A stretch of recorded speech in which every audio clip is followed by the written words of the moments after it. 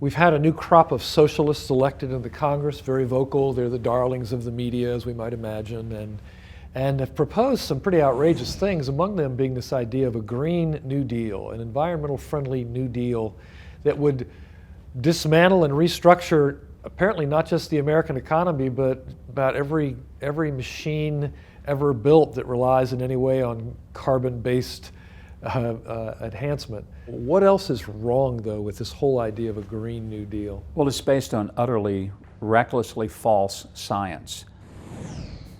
I guess there's some advantages of having some gray hair and a lot fewer of them than I used to have when I was in my teens. But when I was in college, I remember Newsweek and Time Magazine and my science classes telling me that if we didn't take immediate action, we were all going to be human popsicles within 10 years, because we were headed to a climate freeze, and the world was headed toward a climate change which everything would just go into an ice age, a brand new ice age. They're always wrong. They're always wrong. We should be good stewards of the environment. I tell people I'm a conservationist, but we have people now that worship nature. So the problem with the new Green Deal is not just that it's impractical, which it is. We're not going to get rid of airplanes and cars in 10 years. People can't swim to Hawaii even by then. And it's not even the cost, the estimated $93 trillion that it's said to likely cost. It's that it really represents a shift from stewardship of the earth to worship of the earth. It seems to me that the environmental movement is about control as well. Because in the end, when they can adopt policies that are restrictive for the use of carbon fuels, or as you said, abolish airplanes or whatever it might be, it's just a way of extending the arms further of government, is it not, and controlling? It is, and one of the byproducts of socialism is totalitarianism. Socialism never operates with a free people. It just doesn't. It operates with a very strict iron hand of government that gives very strict guidelines to what people can and can't do.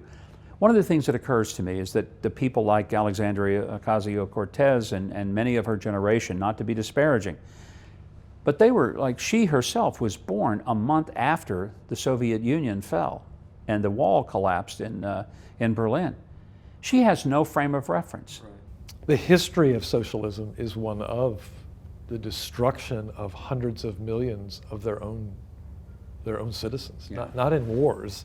You either cooperate or they'll do away with you. Mm-hmm. And that's real, isn't it? It's very real, because it's the only way you can control people when you're in a socialistic closed society and you have to obey the government. And if you don't obey the government and the government lets you get away with it, then you create total anarchy and chaos. So what the government does is to say, here are the rules.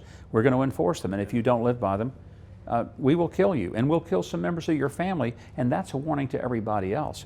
There's another factor of the purest form of socialism that I've observed going to places like Russia and totalitarian countries all over Northern and Eastern Europe.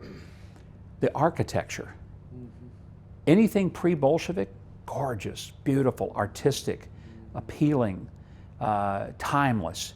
Anything post-Bolshevik, ugly, utilitarian, bland, sparse.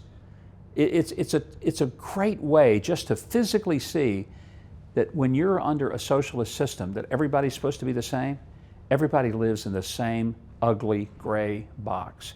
Thank you. Thank you, Frank. Mike. Enjoyed getting to be with you. Pleasure.